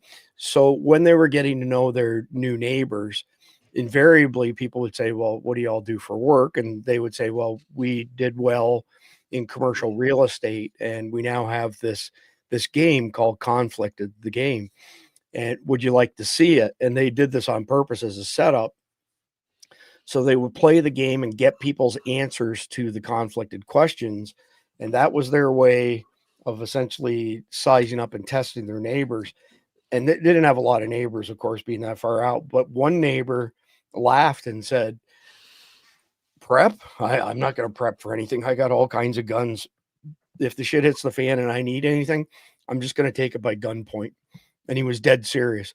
And, the young couple looked at each other and nodded their heads. And after he left, they both said to each other, that guy's never allowed back in our home again. We can't trust that guy. We can't let him know what we have here as far as preps and whatnot's concerned. It was a really interesting use of that card game. And I know we announced that maybe 2 years ago, because I got emails shortly after that from people saying that they moved into a new neighborhood and said something like, hey, do you want to try this game? This card game is really good, sort of thing. What a great way to gather intelligence, right? So I want to share a couple assets with y'all. Here's one from redcross.org. I'm not the biggest Red Cross fan for a number of reasons. This is a pretty good article on terrorism preparedness. And the next one is anti-terrorism awareness. So how do terrorists select their targets? How can I protect myself from terrorist active shooter attacks? It's not a crazy long, hard read. So I'm going to share both of those in the live chat here in just a second. I got to clarify something on these guys, Vets Tactical. So when I showed you guys the cup holster, that was for demonstration purposes. This is what the cup holster is. It's this little guy that sits in the drink holder in your car or truck. And let me see if I change cameras, if I get a little bit better angle on this. See on the side where, see this protruding out on the side? You can put these adhesive pieces like shims to get it to stick in your cup holder. They're a very universal fit. This is the one that's straight up and down. Again, commie tube. This is a plastic demonstration firearm and goes in just like that. And it has a magnet in it that draws the slide to one side. So they make them straight up and down like this. They also make them on a 20-degree cant. So if it's further away, you can get it. But go to vetstactical.com, use discount code SD10. We don't get affiliate commission from these guys. This is a really cool, innovative product. If any of you out there have got delivery of these, I'd love to see your comments in the live chat as far as your impressions and what you think of them. So with that being said, I'm going to skip the promotions for the Guardians tonight until later in the broadcast so we can get right back at it here. So segment 4, faith as the fire, boosting morale when everything's falling apart. So imagine lights out, phones dead, rumors flying. And, that's when a quick prayer or even huddling of people in your group, your family, your network, your neighborhood, and, you know, gathering around a fire. Hopefully it's not too dangerous for a fire, but just sharing camaraderie, right? Sharing some food is a great way to bond and to get yourself back on track, because there's nothing worse than being, you know, starving, hungry. You can't fight, you can't think straight, right? And I was thinking, there was a guy I met a long time ago, probably like 35 years ago, and he asked somebody how they were doing, and it was this woman, and she was pissy, and she's like, "I'm fine." And he said, "Yes, you are." And she kind of looked at him funny, and he said, "Well, you know what it stands for, right? Fucked up, insecure, neurotic, and emotional." So apologies to the females in our audience, but when a woman says she's fine, and she ain't fine, and you don't have to be in your 50s to learn this unless you're really not too intelligent. Anyway, so here's the thing, and I've mentioned this before, whether or not people are secular, agnostic, atheist, or whatever, American values traditionally have always been based on Christian values. And I will go toe to toe with anybody on that particular topic, because I spent years of my consulting career with a 5-step process to get the DNA out of companies I was working with in a business development perspective, to find out who they truly were. And there were many of them that were agnostic or atheist, but the values they professed to have were the same values that Christians profess. It's just they would say, "Oh, I'm not Christian," but they would espouse Christian values. And those are American values. And they're good values. And they're good values that have taken a beating, you know, especially in the past 80 years since this asymmetric warfare has been waged on us. As Khalid mentioned, they couldn't beat us kinetically by landing on our shores. So they've been going after our culture and everything else that follows underneath it. So there's nothing better in my mind, by the way, than campfire stories. So if you have somebody, an elder who's been around the block a few times, and they can tell you stories of how things used to be, it's always a very enlightening thing, and it's great at bringing a group together. But I think that with what we have on the horizon, it's not a matter of if, it's when 9/11 2.0 is going to hit. And then that's going to kick off this series of follow-on attacks for the rest of our lives, our kids' lives, our grandparents' lives, maybe even longer. You can't let hundreds of thousands and millions of people in your country who hate your guts in your country and expect that nothing bad's going to come out of it. So, you know, everything that we can do to build stronger family ties, less, you know, weapons of mass distraction like this. I heard somebody the other day ago call this the black screen of death. You know, people stare into the black screen of death, and they're unplugged and checked out, sort of thing. So Khalid, I mean, I know that you're a Muslim, but there are some similarities between religions. What's the bonding effect of, you know, perhaps reading biblical stories? I'm thinking Old Testament in particular, with a group, and what is that typically, what's the follow-on effect of the group? It could be family unit, extended family, whatever. Well, I still read all the Bible stories. I mean, I've never given that up. But one thing people don't understand is that the Quran has all of the Bible stories in them. I mean, we've got Moses, we've got Abraham, we've got Noah, but the names are Arabic instead of being English. So even our kids are learning those same values. The difference for us is that it's something that I've clung to since I was in the States. The concept of fellowship, sitting down with people, whether you agree with them or not, and having conversations. That's when you learn. That's when you understand. That's when you grow as a human being. When you don't sit and talk to people, then you have cut yourself off from society. Your growth process, your learning process has ended. This is a great comment from Dano. I saw it roll through. Oh my God. Okay, it's the frickin' Marine Corps' birthday. That's not the time to do that dig. A little respect. 250th anniversary of the Marines. Where is S2 when we need Khalid? Take a screenshot of this so that you can bring it up tomorrow night on your podcast. Kill me if I show him this. Don't worry, I got your back. I just took a screenshot. Dano, you freaking kill me. Anyway, sort of interrupt Khalid. But the concept that we've lost now, I mean, it's been the past 15 years. The concept of fellowship has disappeared. from your own dining table to your own drawing room to when you sit with friends to when you go out someplace, that concept of conversation is gone now. Everyone has their position, everyone has their opinion, and don't mess with me. I know what I'm talking about. I don't want to discuss it. When you get into that point, your growth has stopped. That's a human thing. When you take a position and refuse to listen to someone else, agree to disagree, your growth stops. Yeah. And you're no longer a functioning human being anymore because you stop learning. And life is all to the day we take our last breath, we're learning. And the day you stop doing that, that's it. You're done. You might as well die. Yeah, appreciate that. So I got to go to Randy next. Just switching up a little bit because I have a very specific question for Randy. What's a no frills way, meaning inexpensive way, to keep morale high in a bunker like environment, Randy, when the world's essentially screaming defeat, the everything's coming apart at the seams? How do you manage morale? And I'm asking you because you're a Green Beret and you guys had to buckle down in some brutal situations, get it together and carry on. I just want to hear your advice. Well, in those instances, you also have a mission, right? You have a mission and a plan of what you're going to do.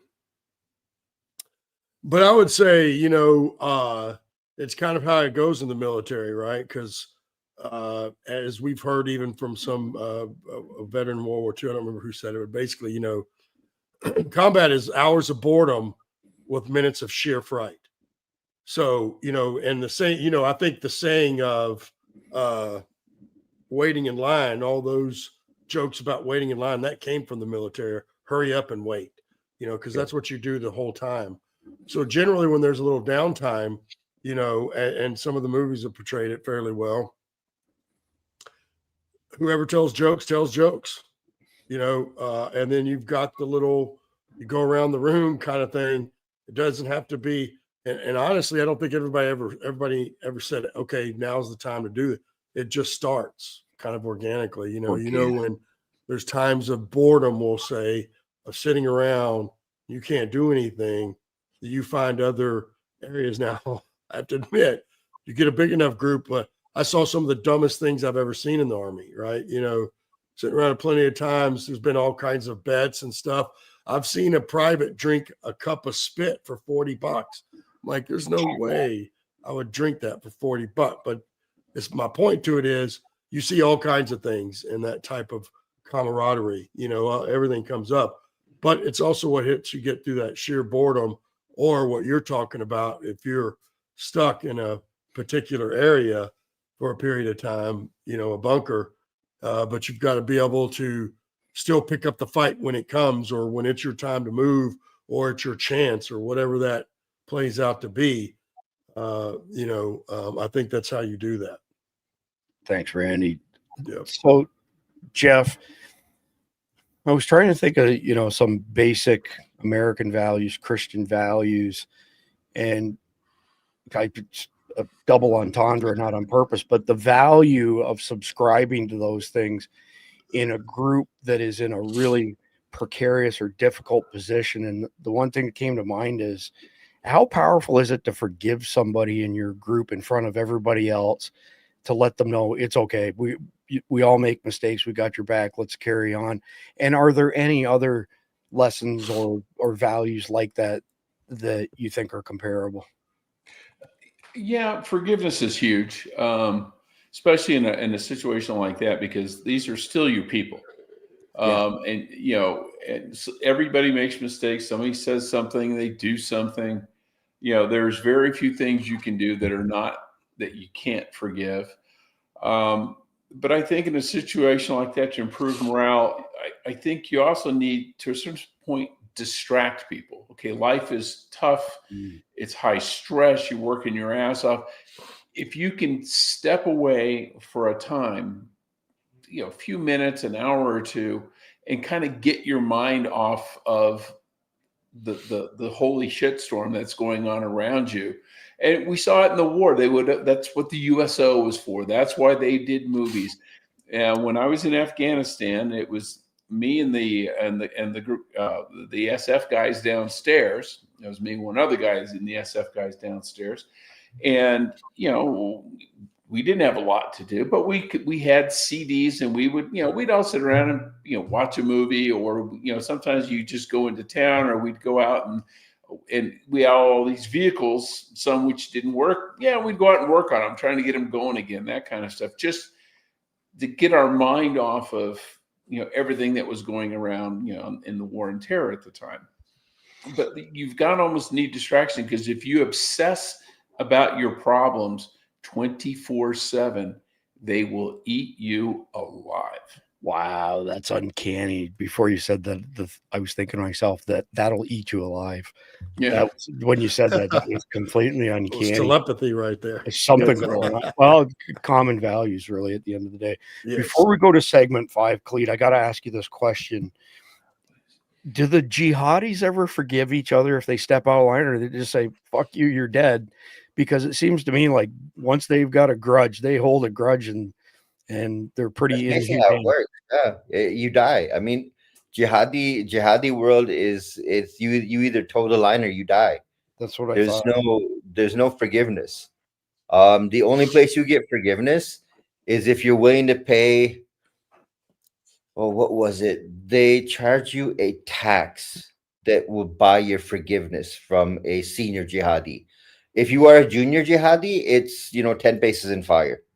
But if you've pissed off a senior, you can give him X amount of money and you'll be forgiven for it. But it's a forgiveness, it's very temporary. It doesn't last very long because you've lost trust. So do they do the whole, I know they do the blood money thing, that you kill somebody if you pay off the family, basically, and it's called blood money for a reason. But you gotta have the money to do it. It's not just blood money. I mean, like, for example, if you were to kill off a father who has a wife and kids, you become responsible for taking care of that family then. Yeah. It's not just, you pay for the crime. You are now responsible for their education, their food, their clothing, everything that falls on you. But I'm talking between jihadi to jihadi. Oh, okay. For example, if you were to piss off someone below bin Laden's bodyguard, for example, you would have to pay him X amount of money to be forgiven. Otherwise, you'd be exiled or killed. And being exiled is like being killed in the jihadi world. Yeah. So how many goats would that translate to, Khalid? Oh, it's not goats. I mean, you're talking, hundreds and hundreds of goats. Hundreds and hundreds of goats. Yeah, a different goat for every day of the week or day of the year. Every day of the month, almost every day of the month, almost. Yeah, that's crazy. Of course, I'm joking around. I want to quickly share something here. This is an interesting post. Good post. This is what I would define as classic American values, classic American conservative values, especially. There are many groups, large and small, who've done profound work in Tennessee. I was helping a mom with 2 boys get the funds for security deposit on a new place. Their previous rental was wiped away and they lost everything. This is as a result of Hurricane Helene. Their previous rental was wiped away. They lost everything. An itty-bitty church offered to cover the security, but they also covered 6 months of rent, completely furnished the home and pantry, clothes for everyone, Christmas decorations, gifts like laptops, and $2,500 cash. She and her sons have been paying it forward, helping other. Blessed to see so many stories like this. That's what it means to be a real American. And, Randy may have coined that, but I'm running with it. And the bottom line is you're either a real American or you're not an American. End of story. These communists and, anti-American pukes, they're not Americans at all. The rest of us are real Americans. Well, there was somebody that made a comment earlier that Jeff went back for him, and they're exactly right. Back then, what I was talking about earlier, when, it wasn't as big of a deal, it's because both sides, Democrats and Republicans, both were pro-American. Yeah. And that's just not the case anymore. Not at all. Not at all. We are a country divided, and you already know my thoughts. My prediction is, and it sucks bad, but we're already in not the starting, but middle stages of balkanization amongst the states. When states are redistricting, so nobody with an opposing view can ever get elected to government, that is a major step towards balkanization. Discrepancies in laws, all kinds of things, different policies. Heck, we went to visit family in Washington State last year. We were driving down I-5 north of Olympia, Washington, and there was a homeless encampment on the side of Interstate 5 that had well over 10,000 people. And when we asked our family, what the heck is up with that? And they said, well, they get paid. So they get cash every month, paid by the government. They get free healthcare. They get free cell phones. They get free everything. And that's their way of life. And they just let it flourish. And then, of course, you have all the follow-on stories of where people have, walked by or through these encampments and they've been, raped, murdered, all kinds of awful things happening to them. And Chris F. is one of our solid guardians. Appreciate it. Thank you very much. It was very much appreciated, Chris. So moving into the final segment number 5, rebuilding stronger, and basically locking in our founding principles. So with traders inside the wire, and that's the situation that we find ourselves, and then ashes everywhere from 9/11 2.0 and beyond, we're going to have to metaphorically, brush the dust off the Declaration and the Constitution and use them as blueprints to try and rebuild our country and rebuild it the way America always was and should be, and not this distorted mess that we currently live in. And I think that when you have communities of individuals who utilize that method, that use this as an opportunity for something good to come out of a horrible situation and take us back to our roots, that we have an opportunity to rebuild. We will rebuild. It's going to be brutally painful, and it's going to take, a lot of fortitude from real Americans, because the unreal, not real Americans, they don't give a shit whether you take a shot at them or not. Because you disagree with them, they automatically want you dead. Just look at what they did to Charlie Kirk, for crying out loud.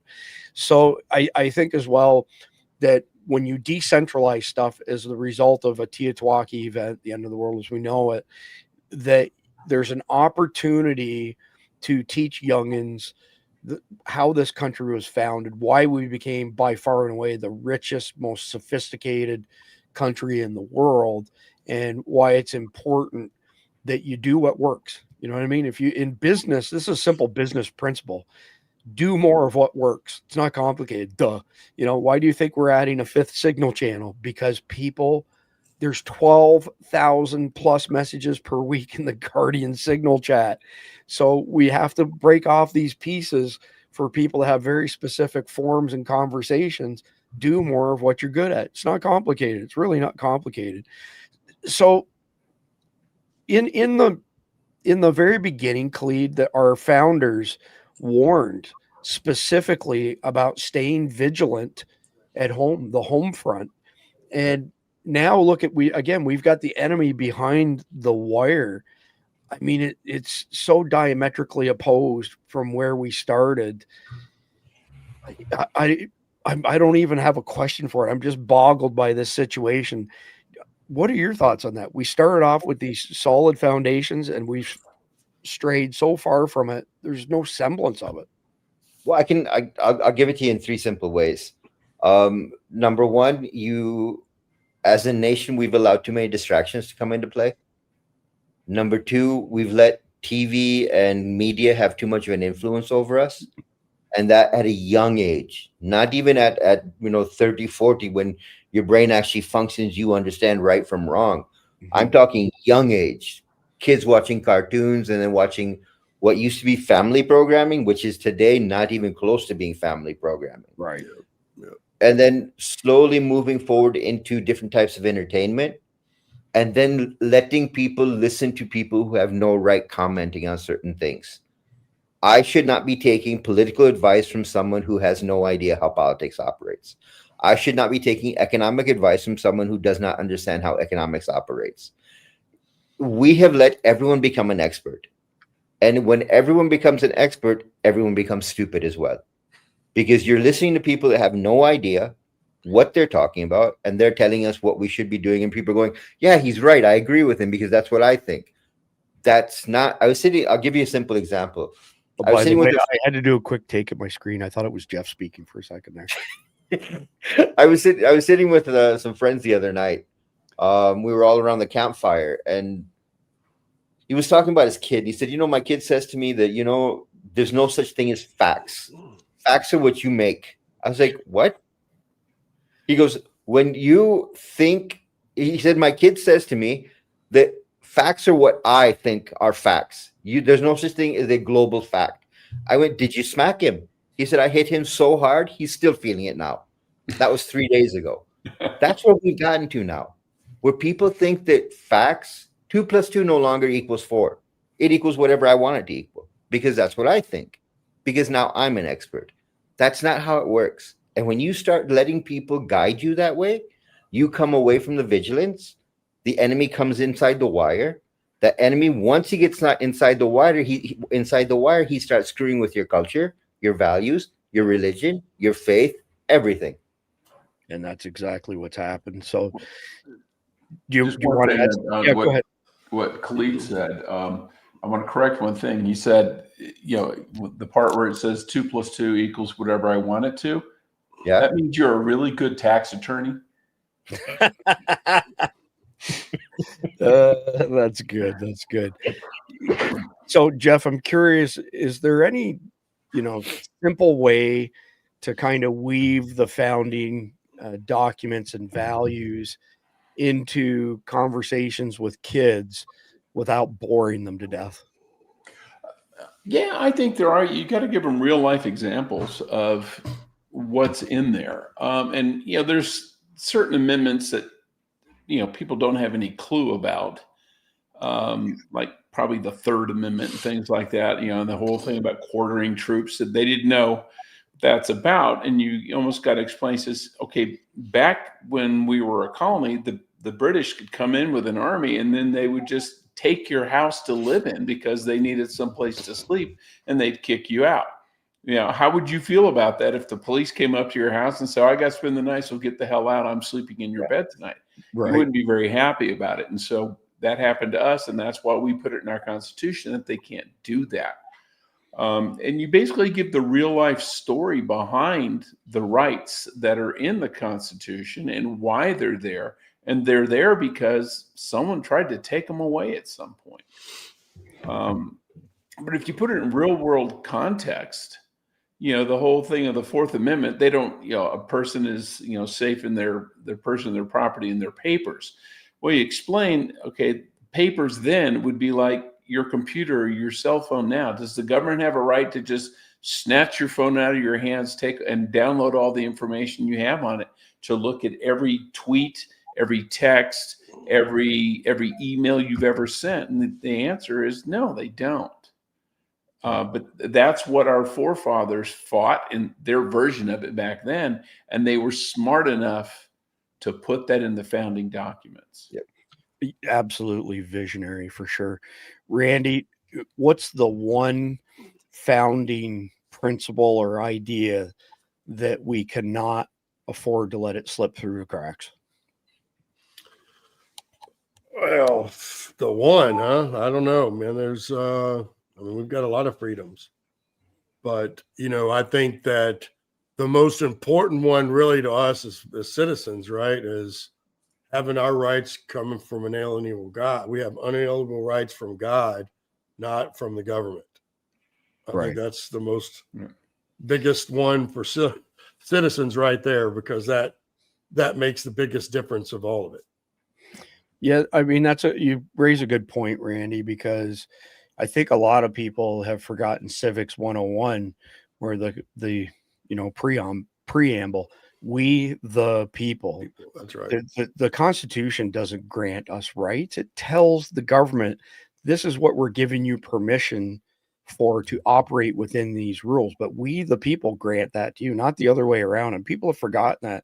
It's funny you said it the way you did, Randy. I saw a video on the weekend from a girl who got in this back and forth on X with somebody, and she was hell-bent and determined to convince this other person that the government grants you your rights. And that's what they're teaching people today. I do believe, right? That's exactly. Yeah, then they're teaching people, and that's why it's the biggest thing. Because you look at all the other governments in the world and in history, period, none of them have been that way. We're the only ones. 100%. We really are, and I don't think a lot of people realize that either, to be quite honest with you. And we do need to put civics back in high school, because I think they took it out, my God, obviously, yes. or they wouldn't be able to tell. There wouldn't have been a big argument of who's got the government shut down, Right? because it takes 60 votes in the Senate. I mean, it's a simple math problem. Yeah. Well, you're right, though. We have not done a good job of keeping civics at the fore for youngins in America at all, but I would say that's completely by design. But at the end of the day, that's the end of segment number 5. And where we sit right now, I mean, we're looking at a nightmare situation ahead of us. I was surprised General Flynn came out as strongly as he did today. I don't know him directly. I know him indirectly, and I believe he's going to be at Mar-a-Lago tomorrow night. And because a friend of mine who's friends with him has said that they're going to introduce me to him. I've gone back and forth with his assistant in the past, but he typically hasn't come out huge when it comes to these terrorist type things. But anyway, so in some aspects, and Cleet has covered this, ad nauseum, that, the jihadis want to kill a lot of Americans, but even more so, they want to crush Americans' morale. They want to crush Americans' pride. They want retribution. So head count is a thing, but they're after the soul of America, as I open this podcast with. For sure. Yeah. So the other thing is, and I was glad to see General Flynn touch on it today, is these complex coordinated attacks, which are just like Mumbai 2008, Paris 2015. We are absolutely not equipped to handle 10 terror cells consisting of 4 to 10 jihadis in 10 to 15 cities simultaneously, doing initial attacks on soft targets, doing secondary attacks and tertiary attacks when first responders show up, then sieging the tier 1 trauma center. And, they'll be burrowed in there like an Alabama tick, and getting them out will take an extended period of time, because Delta Team is really the only option other than bombing the building, and no American leader is going to grant that. So the severity of what we face is not a small thing. And if you haven't seen our other episodes in this Long War series, you can watch them in any order. They all have the context of post 9/11 2.0 built into them. I've lost track again, but we must be getting close to episode number 60 out of 144. And other than that, I just would end the main topic by saying we have got to reclaim our culture and identity as Americans. And that's the one thing that we can't let them take away from us. They've taken it away from a bunch of people, but most of the people they took it away from probably didn't have it in the first place, because they're probably not from here, and they never shared our values in the first place. And I don't really give a shit if that sounds xenophobic or not. Sometimes you got to say what you're going to say. All right. So we are down to one of my most favoritist times of the night. 3, 2, 1. All right. The Carnival hero of the day. I got to tell you, I really enjoy doing the Carnival retard of the day on Sunday nights. It's fantastic. It's great. But check this out. This is what being a real American is all about. That's why I chose this hero today. A plumber in Pensacola, Florida, chases down an illegal who had just robbed a woman. Blessed to live on the Gulf of America, where our citizens ain't afraid to be heroes. They're empowered to do so. 31 seconds. So let me back that up so that you catch it. That right there is an illegal alien who just stole that pocketbook from a lady right there. This piece of shit. This guy right here? You want me to grab him? So the guy with the beard, that's Larry Downs Jr. Plumbing, because fecal matters. Nice. So he runs down this illegal. Yeah. There's the illegal being handcuffed, taken away. Yeah, that's him.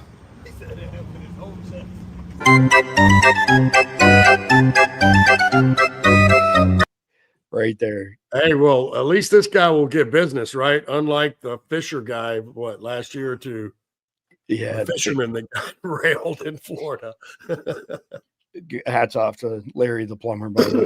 And yeah. Let's never forget that fecal matters. ever. What a great tagline. That's also very Southern America too. Yeah, Jeff.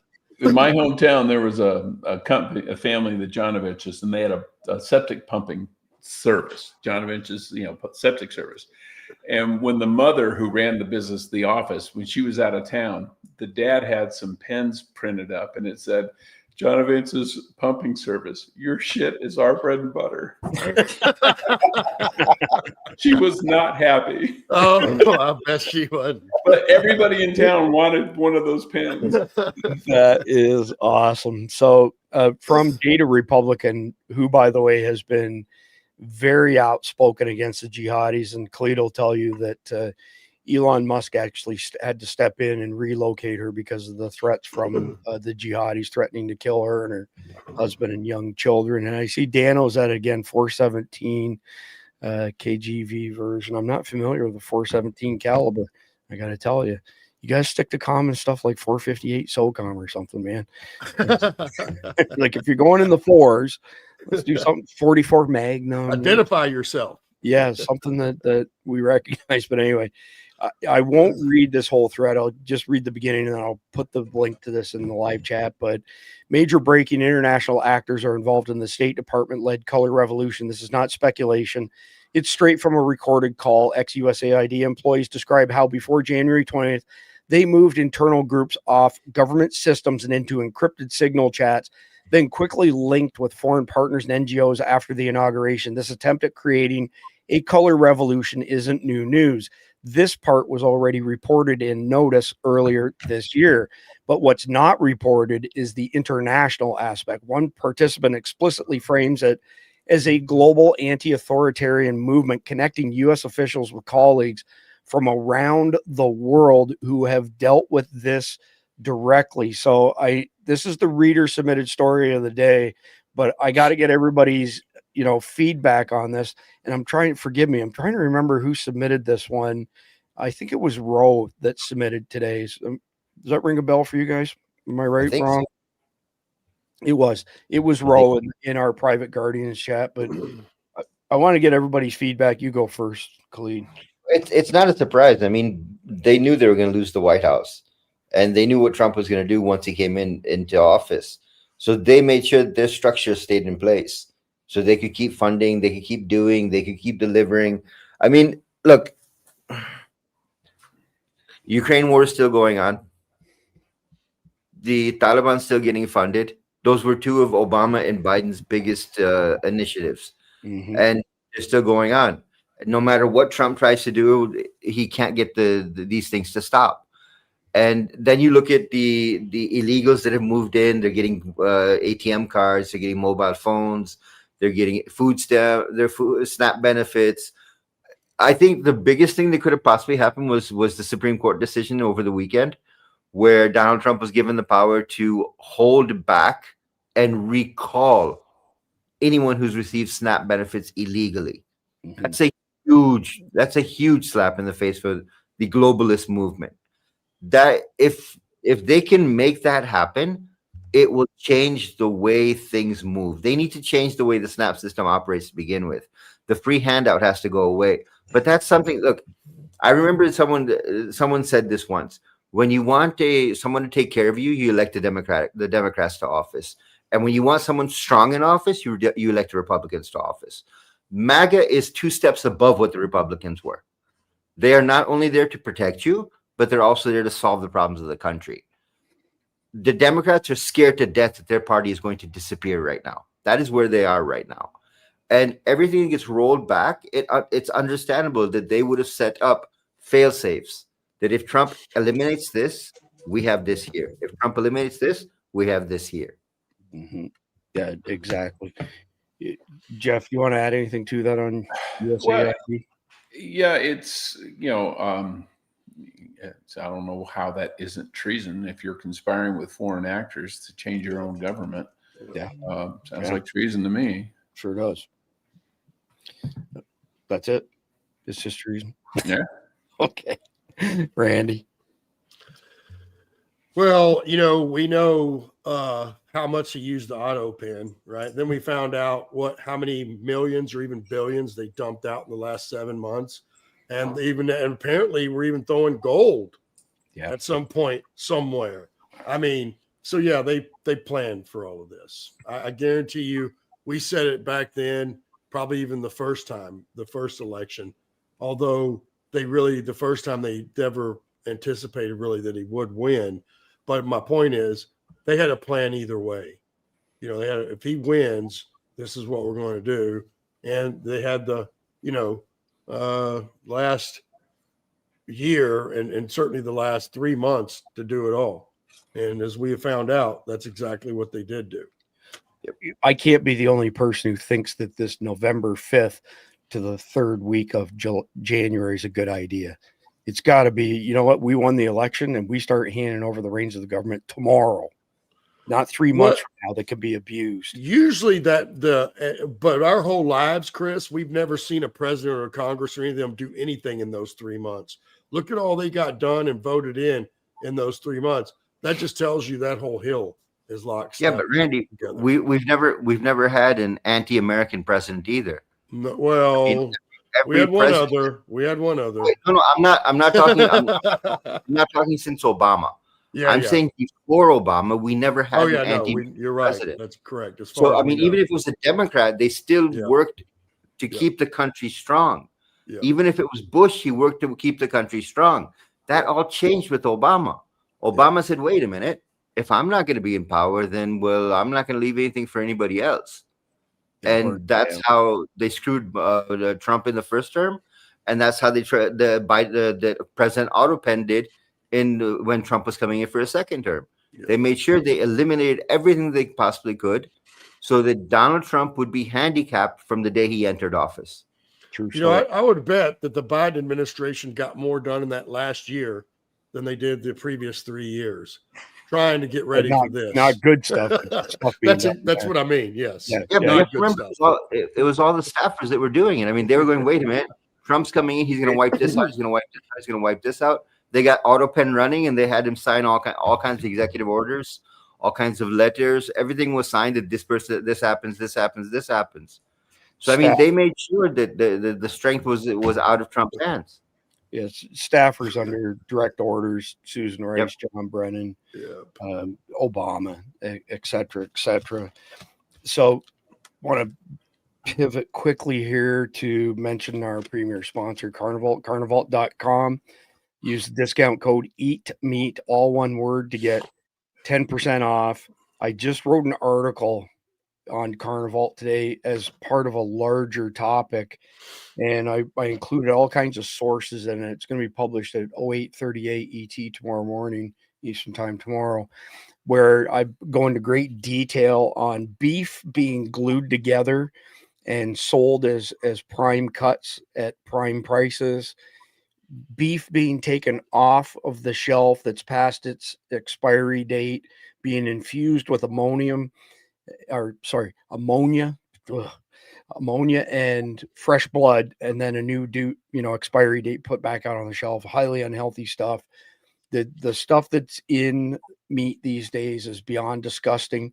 The way you short circuit that is go to carnival.com and buy their product. It is 100% mRNA free, histamine free, antibiotic free, not just grass fed, grass finished. It's an incredible product. Nobody else has cracked the nut like they have as far as freeze drying meat with a 25-year shelf life, because normally when you freeze dry meat that has fat in it, it turns this weird jelly stuff. And I know from firsthand experience, we have 2 freeze dryers in that direction, and that jelly just makes everything go bad. So we don't get affiliate commission from Carnival. We get a generous stipend, helps us offset costs. But when you go there and use the code EATMEAT, they know that our audience is helping. So you get 10% off, you get a great product, and you help to support us and great Americans at Carnival in the process of doing that. So if you don't mind, you're looking for a way to help support the efforts, that's one way. The other way, quickly, just go to survivaldispatch.com or .news, pardon me, survivaldispatch.news. Man, I can't believe I screwed that one up. Here it is. When we're broadcasting live, you'll see the video at the top. Otherwise, you'll see the daily sit rep directly below it. If I go back up here in the menus, you'll see things like Estens.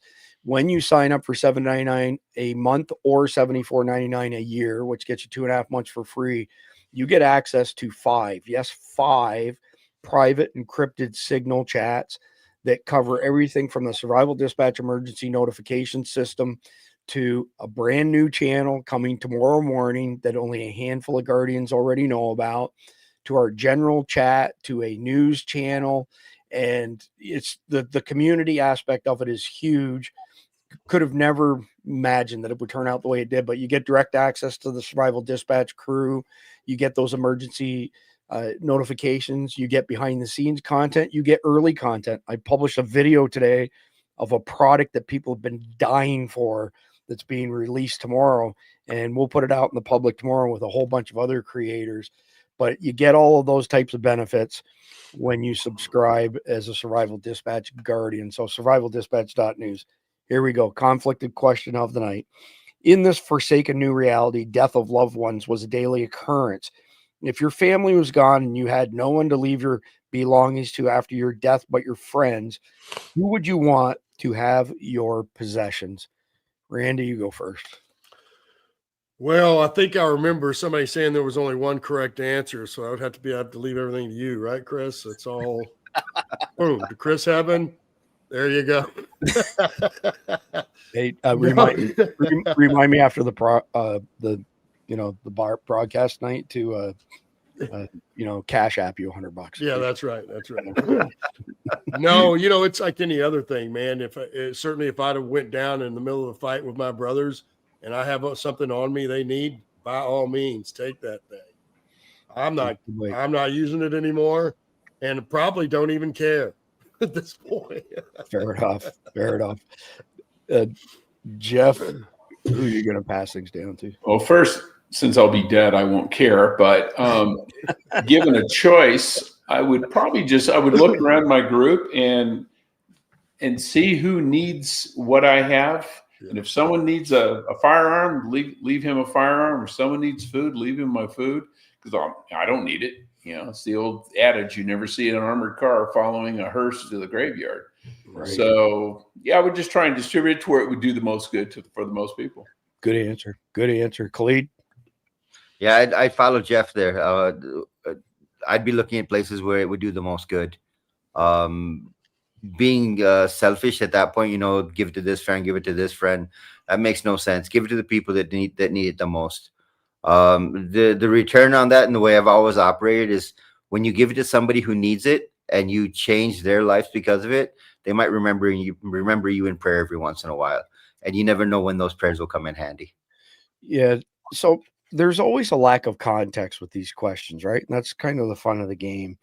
But I wouldn't leave it to one person. I would split it up to a bunch of different people based on what their needs were and their ability to, use those things, right? So I'm going to leave my guns to, some younger guys who probably have firearm skills to begin with. I'm not going to leave them to somebody who's not going to be leading the charge into battle, sort of thing. But I'm probably leaving the freeze dryers, to the women of the group, so to speak. Although I'd probably do one for the men too, because they're actually pretty cool what you can produce with those things. They're pretty awesome. But interesting question. We'd love to see y'all's answers in the live chat. Khalid and S2 will be back tomorrow evening at the usual time, 7 p.m. Eastern, with the Command 11 sit rep. The rest of us will be back on Wednesday with the next episode in our long war series, Alliances and Confederations, how communities form alliances and federations to defend and rebuild together. Tomorrow night, by the way, just in case anybody forgot, right at this time, I'll be having dinner at Mar-a-Lago with my wife. I want to make sure, y'all didn't forget that, because I'm forewarning you, there's at least 6 months of these one time at Mar-a-Lago stories coming again, like I did the last time. And, oh, they're going to be better this time, because we'll be looking for those opportunities. Well, I mean, you Kaizen, right? Continuous improvement. Always good. That's right. That's right. All right. Well, listen, I appreciate all y'all on the panel. I appreciate everybody out there in the audience.